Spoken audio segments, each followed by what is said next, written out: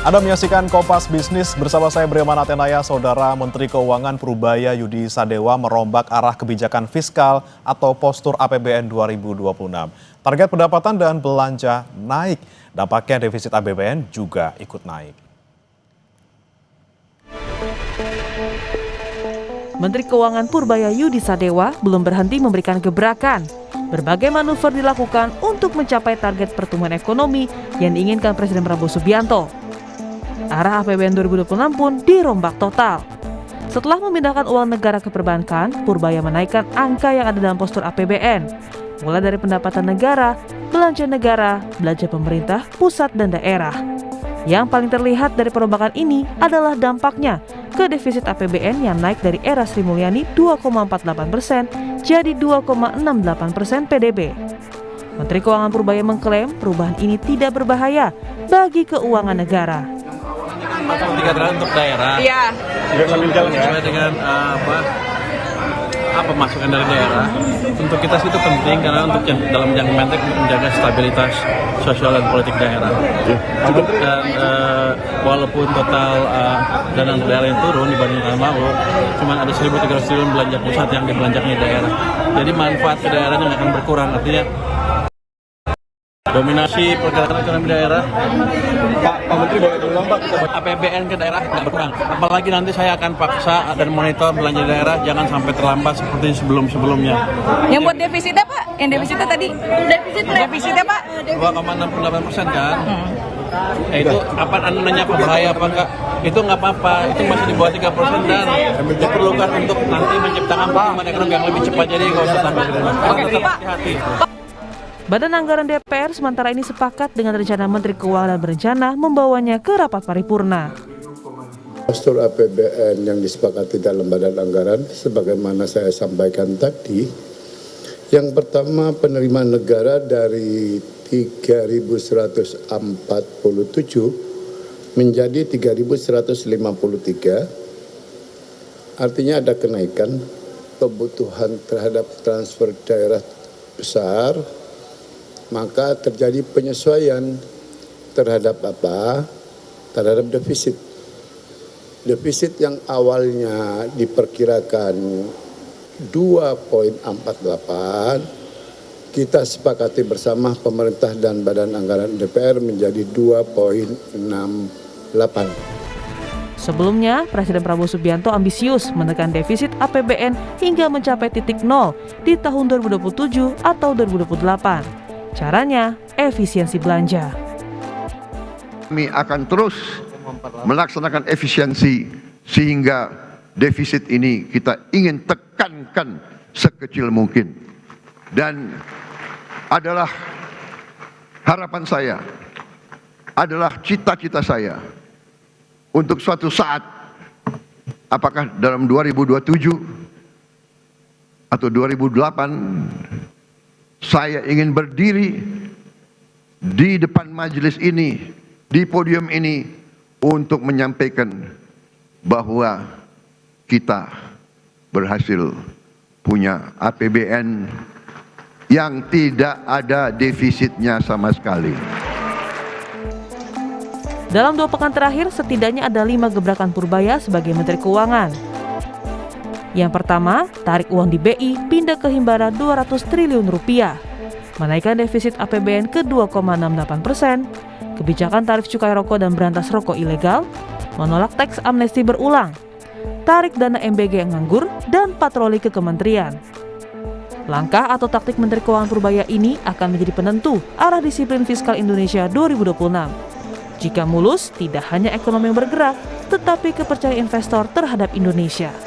Zevanya Situmeang, Muhammad Zamzari, Kompas TV, Jakarta.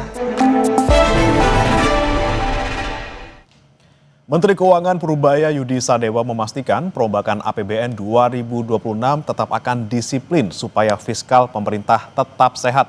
Lantas akankah gebrakan Menkeu Purubaya sejalan dengan keinginan Presiden Prabowo Subianto? Kompas Bisnis akan mengulasnya bersama dengan Direktur Eksekutif Selyos Bima Yudhistira. Selamat pagi Mas Bima. Selamat pagi.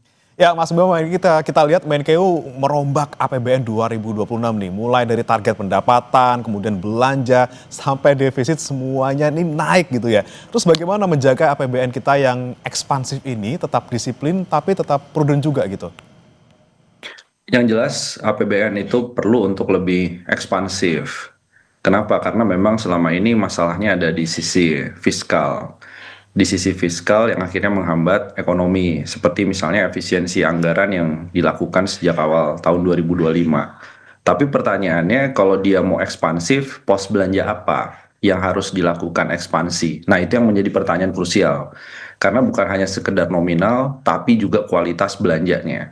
Kalau yang diekspansifkan adalah belanja yang terkait dengan infrastruktur dasar, pelayanan publik, yang terkait dengan ketahanan pangan, itu nggak ada masalah.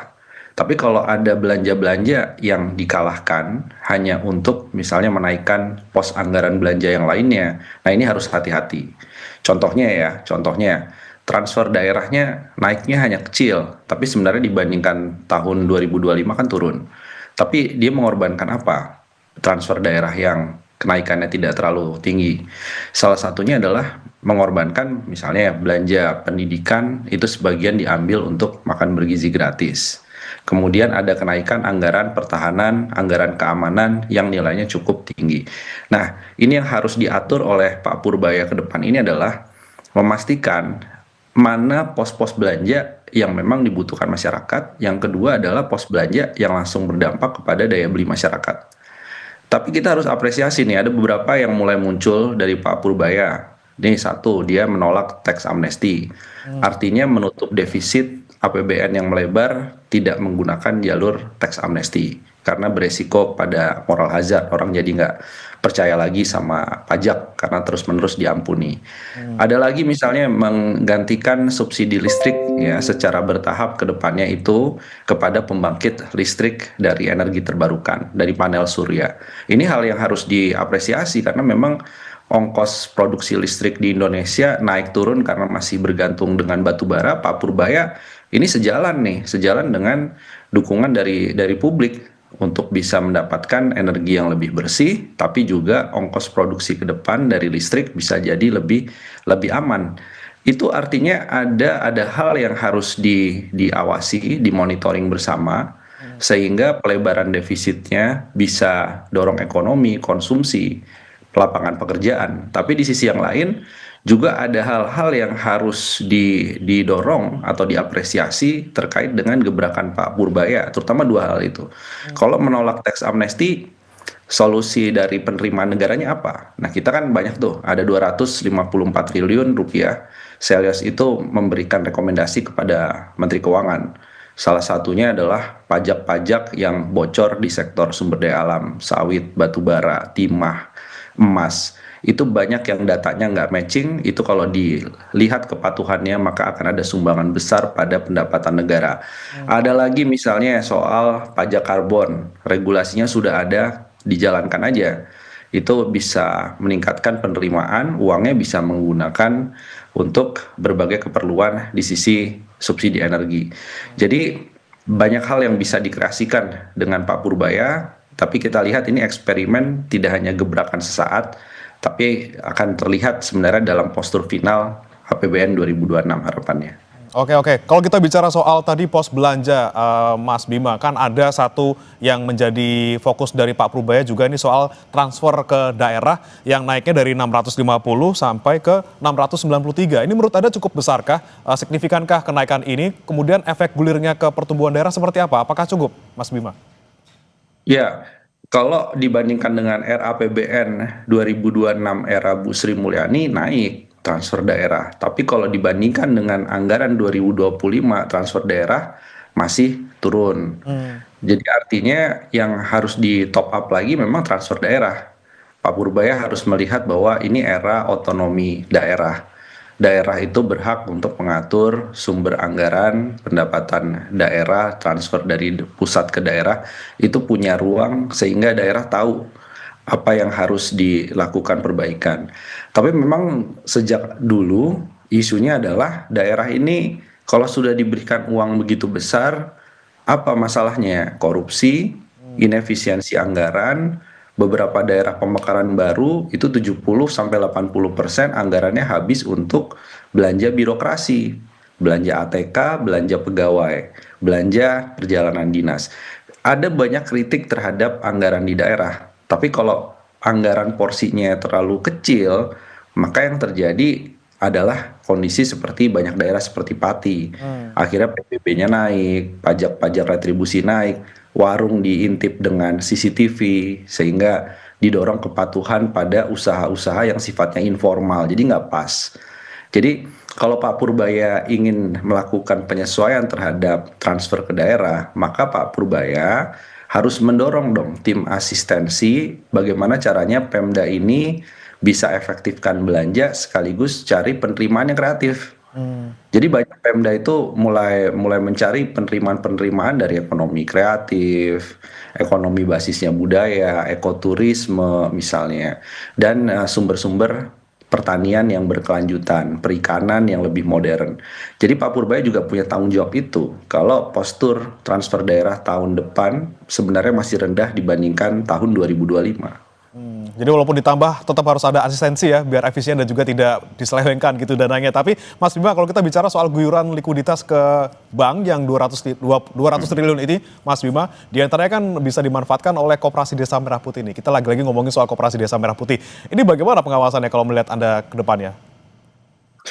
Ya, yang menjadi pertanyaan seberapa banyak koperasi, bukan Koperasi Merah Putih berdiri, bukan seberapa banyak titik dari Kopdes Merah Putih. Tapi pertanyaannya adalah seberapa banyak Kopdes yang siap menerima pinjaman kredit. Artinya apa? Manajemennya udah siap, ekspansi bisnisnya juga sudah terukur, proposal bisnisnya jelas. Nah, kalau Kopdes-Kopdes yang memang sudah clear, dia jelas, dia tahu mau kemana dengan uang pinjaman dari Bank Himbara, tentu bank juga nggak akan capek untuk melakukan analisis resiko kreditnya. Tapi kalau ini baru berdiri, kemudian pengurusnya juga belum jelas, apa yang mau dijual, kemitraan dengan BUMN-nya juga misalnya tidak dilanjutkan, maka bank wajar dong, jangan dipaksa untuk menyalurkan likuiditas kepada Kopdes Merah Putih kalau dari sisi Kopdesnya memang belum siap. Karena yang terjadi adalah dua hal. Yang pertama resiko kredit fiktif karena dikejar target bank-bank BUMN-nya. Yang kedua adalah NPL atau kredit macetnya juga bisa mengalami kenaikan. Maka memang harus diseleksi lagi. Tidak selalu penugasan itu dipenuhi 100%. Karena ini adalah rezimnya perbankan, di situ ada dana deposito dari masyarakat, dana simpanan dari pelaku UMKM, maka harus menyalurkan betul-betul pinjamannya ke sektor yang produktif. Kalaupun uangnya dari likuiditas dari pemerintah, itu adalah pajak kita bersama. Maka itu harus dipastikan Bank Himbaranya prudent. Bank Himbaranya memang betul-betul bisa tepat sasaran. Satu lagi adalah, gimana nih caranya di luar dari Kopdes Merah Putih, pinjaman produktifnya bisa tersalurkan. Kuncinya adalah dari demand side atau dari sisi permintaan. Maka yang harus didorong adalah belanja produktif, kemudian pajaknya juga perlu ada relaksasi ke kelompok menengah ke bawah, sehingga permintaan itu nanti akan bilang ke Bank Himbara, udah deh Pak, saya bantu untuk bisa mendapatkan pinjaman, saya calon debiturnya, karena memang saya butuh 5 bulan ke depan mau buka 5 cabang atau 10 cabang toko.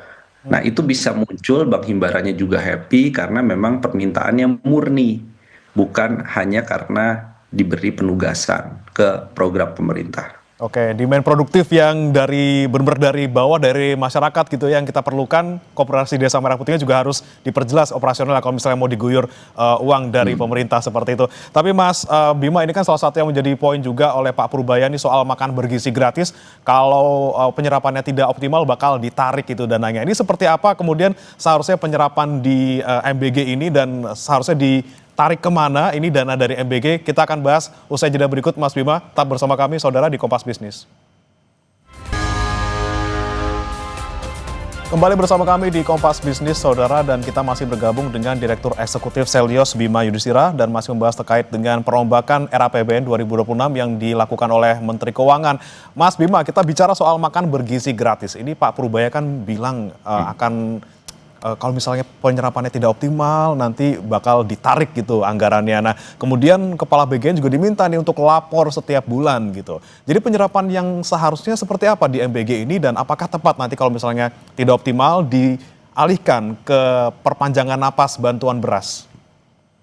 Ya, ini dalam hal ini kita full support Pak Purbaya. Kenapa? Karena pada saat awal MBG, infrastrukturnya, operasionalnya, sampai makanan yang diterima siswa itu kan budgetnya 71 triliun rupiah. Itu di luar dari 100 triliun rupiah yang katanya adalah pencadangan. Jadi kalau 71 triliun rupiah sudah dialokasikan dari pajak atau dari utang atau dari silpa tahun sebelumnya, ternyata sampai bulan Agustus, Juli Agustus itu serapannya masih kecil sekali itu, masih di bawah 20%, bahkan di bawah 15%. Artinya apa? Ini alokasi jadi dana menganggur, jadi dana yang tidak terserap. Kalau ini terus dilanjutkan dengan sisa 3-4 bulan efektif sejak Agustus, yang terjadi adalah silpanya terlalu besar. Silpa penting, kita punya silpa selisih anggaran lebih ini untuk pembiayaan program tahun depan, belanja pegawai.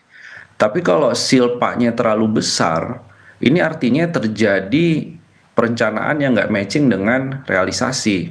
Pak Purbaya benar, tarik aja itu uangnya. Kalau tidak bisa mencairkan, tariknya gimana? Tariknya dimasukkan ke program-program lainnya. Kalau dari posisi Kepala BGN, apa yang bisa dilakukan? Bisa bilang ke Pak Purbaya, ini kelihatannya kalau sampai ke siswa, dari 10.000 sampai ke siswa itu cuma 7.000 rupiah per porsi, apalagi ada kasus misalnya kasus-kasus keracunan, kasus-kasus yang terjadi pada MBG karena masalah kekurangan dana per porsi itu, kalau begitu serapan yang rendah menjadi serapan lebih tinggi dengan per porsi itu 20.000 rupiah. Bisa nggak begitu Kepala BGN? Kalau itu yang terjadi, siswanya happy. Kenapa? Asal nggak dikorupsi ya. Ini isu yang lain. Tapi kalau ada angka yang naik per porsi, serapannya bisa lebih efektif dan siswanya bisa mendapatkan gizi yang lebih bagus daripada porsi yang ada sekarang.